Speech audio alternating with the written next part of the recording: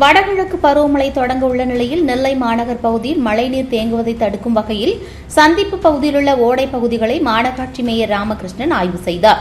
மேலும் தெருநாய்களை கட்டுப்படுத்தவும் நடவடிக்கை எடுக்கப்பட்டு வருவதாக அவர் தெரிவித்தார்.